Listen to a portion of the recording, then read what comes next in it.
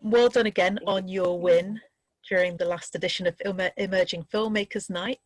First of all, Yeah, thank how you so was your much. experience as a filmmaker? It was really great. I mean, there were some really beautiful films. I mean, I was even like, I took a screenshot of one of the frames of the other films, and I'm like, I want this to look like my next film. So it was really cool to see, the different types of films that were in there. And it was just a really cool experience. And I really enjoyed it. And it looked beautiful. I was telling them, like, I haven't seen something streaming that looks this well, because, making a film, we made it so people would see it in theaters and seeing it online is sometimes depressing, but it was streaming really well, and it looked great. So it was a really good experience. Did you gain anything by the live interaction with the audience? The fact that you could get comments in real time, did that bring anything to you Yeah. as a film? Yeah, this is the first time I've done something like this. I've done it on Zoom, which didn't work very well because the audio and you couldn't see people's comments. But it was actually really cool to see people live reacting to things, because that's kind of that experience that you get in the theater, is people laughing, or the questions immediately afterwards. And it was really cool to just be able to see what people were thinking and react. Like, instant reaction afterwards is really important, and really exciting to see. So it was really cool. Yeah, I really liked it. Oh, that's good to hear. So your film that won the award is Single. So can you tell us a bit more about the trajectory of that film? So when was it made? When was it shown? And what are you going to do with it now? Is it going to tour festivals some more, or is that it? Yeah. So it's I made it last year in July in the AFI directing workshop for women. They choose about 8 women per year that they really mentor and help them make short films. It's kind of for people who are on the cusp of launching off into their career. So it's not like the school, it's totally different. It's a program that they have specifically for women and diverse women.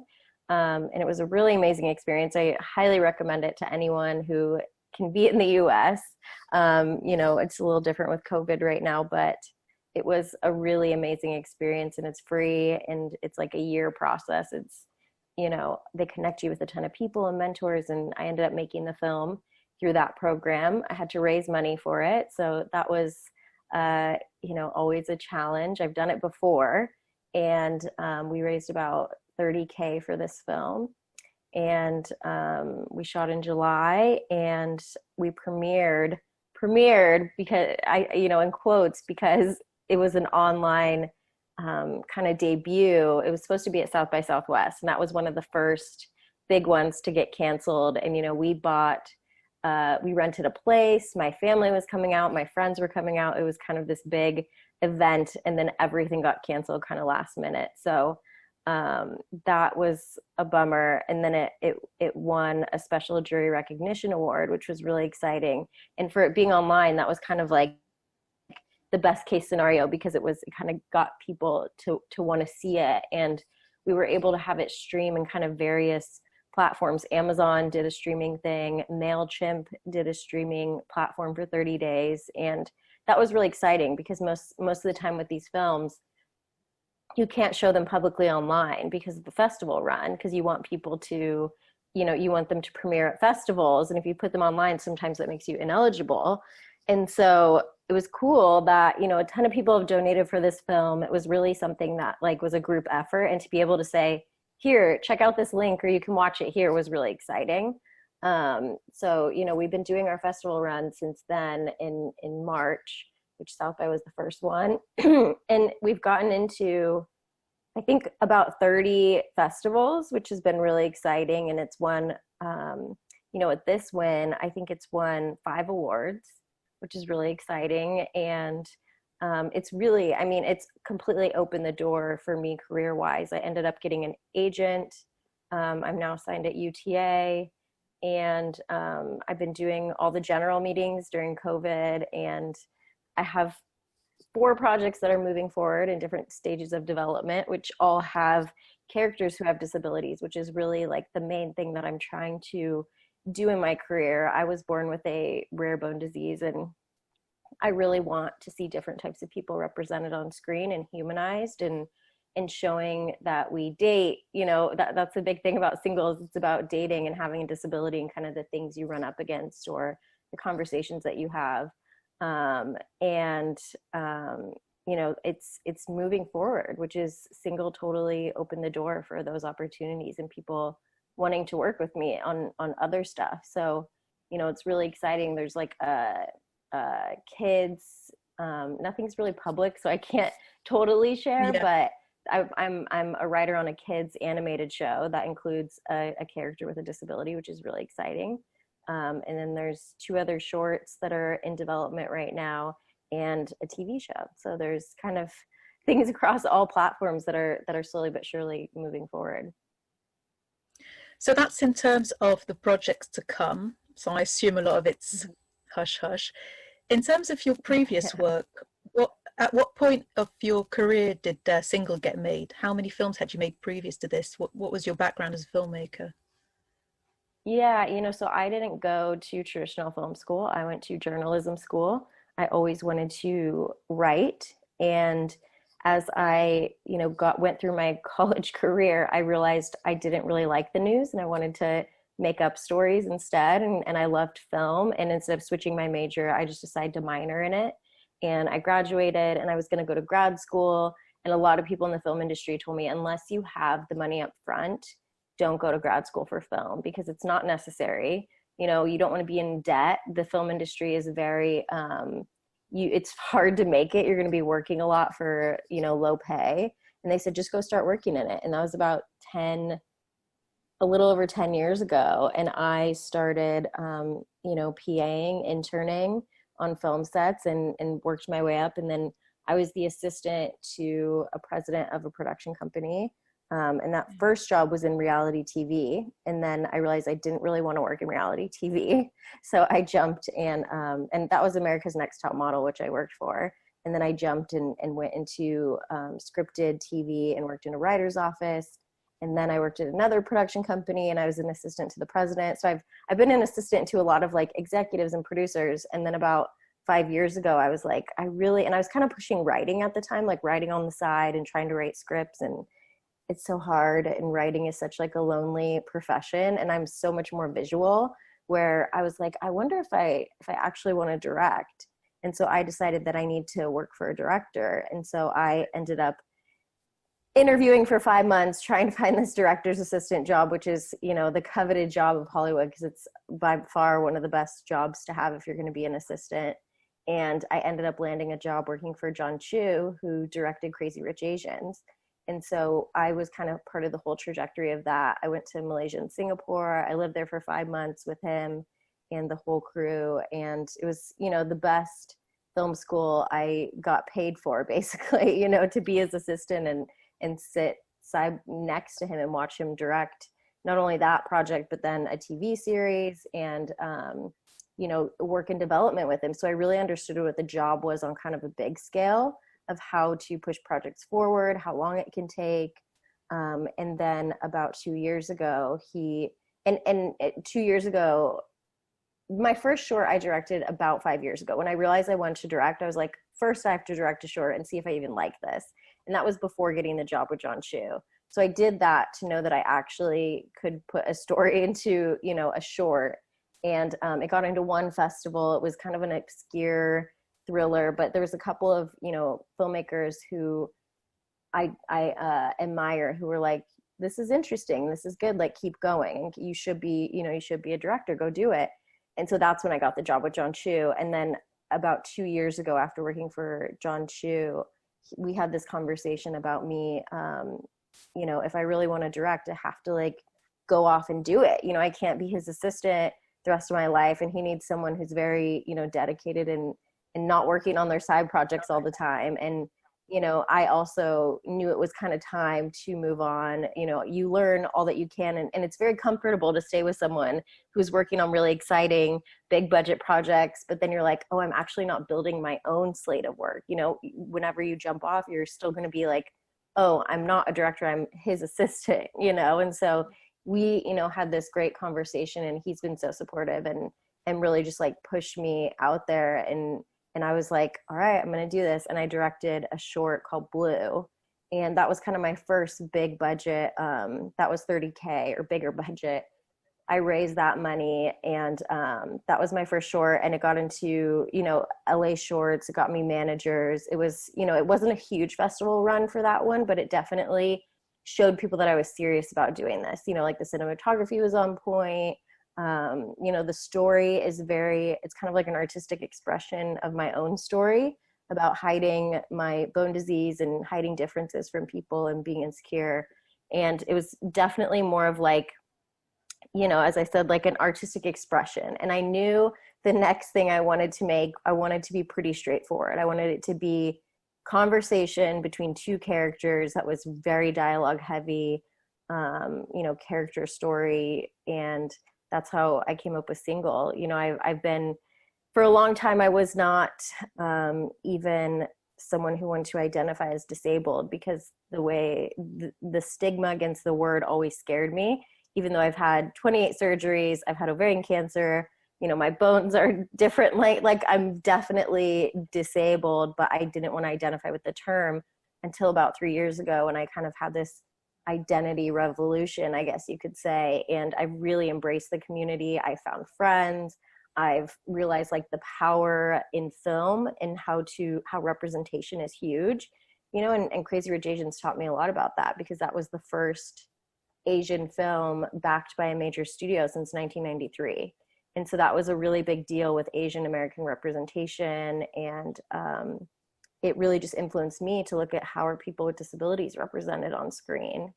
And, that pushed me even more to make Single. And it's been a really exciting journey, because I feel like a lot of production companies and studios and places are finally like ready to make this content. They're not scared of it. They don't hear disability and are like, how do we do that? And for so long, disability has been, not authentically represented. There's someone who pretends they have a disability, and then they win an Oscar. And you're like, we need to start hiring actors who actually have disabilities, and show that these people, can have success acting. And because I heard someone tell this like analogy, or not analogy, but kind of scenario, where if you're a person in a wheelchair and you're watching this amazing film about someone in a wheelchair, and it's beautiful and there's a bunch of nuance and it's great, it wins an Oscar, and then you watch the person who played that role walk up to get their award, that actually is showing everyone that, okay, you can take a sigh of relief. The person's not actually disabled. They're not having to live that life, and that is harmful to, the disabled community, where it's more just like like just an object, or like not an actual human. And so that's kind of the push that I've been on, but it's hard. There's not like a huge roster of disabled actors. There are people out there doing it, but people who are, really well known, not at all, so it's consistently kind of a challenge for me when I'm casting to find the exact person that I'm looking for, and someone who is really going to represent, the character that I need. So I think that will be an issue until we have a lot of content, with disabled characters. I was going to say, as a viewer, I've seen very, very few films. I couldn't even name one off the top of my head, where the disability wasn't sort of the main, quite tragic focus of the film. Mm-hmm. And it's very few of them present a character who's got a disability as a three-dimensional character. That's right. The lead of a dramatic story that encounters things that aren't directly related to a disability. So it could be a horror film, a comedy, or whatever, that other things happen to, and that's by the by. And that's sorely missing. I realize, even watching Single, I was like, I can't really name films that have done that. Yeah, and that's why I really wanted to make a character who was kind of unlikable and a little sassy. I feel like a lot of the time when disability is represented, they are the perfect person. They're like super nice, or we feel really bad for them. It's a very sweet storyline, or it's the guy who becomes disabled and is angry and bitter. But that's not, she's more just angry at people who are pitying her, instead of just letting her live her life. She isn't even really thinking about her disability. She just wants to, be who she is, which is when you live with it, you know, it's really interesting in quarantine and not being around a lot of people, because my disability is very visible. You know, if I go to a grocery store, kids will stare or people will look, you know, and it's something that is really interesting because when you're not around a lot of crowds, you kind of forget, you know, and I was telling my husband when we went on a walk, I was like, it's so interesting how like the world makes me feel disabled, you know, like the way they treat me and look at me, it makes me feel more other, you know, than like any, you know, thing that I can't do or have issues doing. You know, it's just really interesting how that happens, and how prevalent it is when you notice that it hasn't been there, you know, and it's not on the forefront of your mind, and then it is. And I wanted to show that experience, you know, because the grocery store scene, someone I think commented or said something, not in this festival, but somewhere else, was like, this is exaggerated and overplayed of how like society reacts to people with disabilities. And I was like, ask anyone who has a visible, very visible disability. It's not like, it's everywhere I go, you know, and that's something that I've learned to ignore it and not be mad about it and just kind of live my life. But when writing this film, I started noticing, because I've been so used to just ignoring it. And when writing, you know, working on the development of this film, I just started noticing the places where people would do it more and more, even though it was always happening. I'm just like, oh, this is so interesting, you know, how often it's happening. And I just wanted to show people, you know, what it looks like from the other side when people do those things. And, you know, I don't know if there's the perfect way to react to someone with a disability, but I think the more we can get people on screen who have disabilities, people won't be afraid of it. You know, it'll be normalized a little bit, where they're like, okay, I've seen something like that somewhere, and it's, you know, identifiable in a way. So I guess that it's not the most interesting thing about that person, that you're right. looking out for their personality, their sense of humor, things that happen to them in their lives, just what makes them human Right. being, really. Yeah. Going back to you making those short films, could you tell us a little bit more about the logistics of that? So from the fundraising process to choosing your team, because you said the cinematography, for example, was very strong. So how did you go about choosing a DOP to work with you?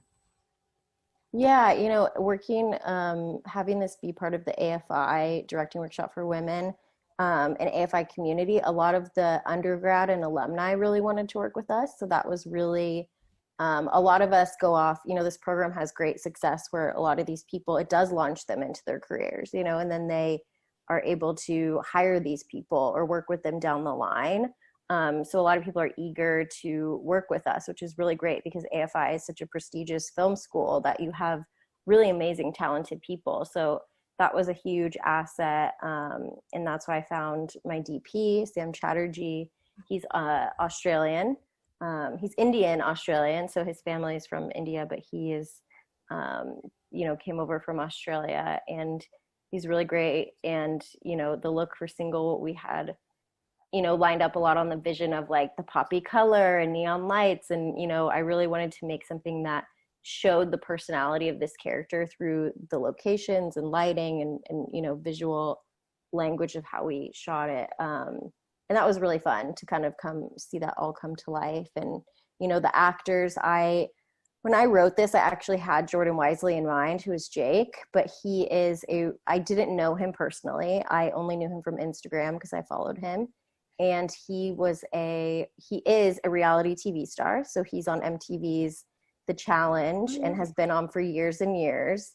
And he's also a model and like a clothing designer. And I kind of was like, I'm going to have him in mind for this character, but there's no way, you know, he's going to be able to act as well. I just like thought that you know, I'd be so lucky if that were the case. And he came in for that audition and was just so charming and so natural. And me and my casting director, Suzanne Yavuz, looked at each other and we're like, he's it. Like, he's great, you know? And he was really awesome with helping us find Kim, and test reading a bunch of different, you know, girls. And, you know, most of these people that I'm auditioning are kind of like non-actors. You know, I mean, Jordan's been in some stuff and Delaney has been in some stuff, but they're not like, you know, these big actors who have already done, you know, a ton of things. You know, Delaney comes from theater, you know, and she's done one feature and kind of had a minor role in a feature.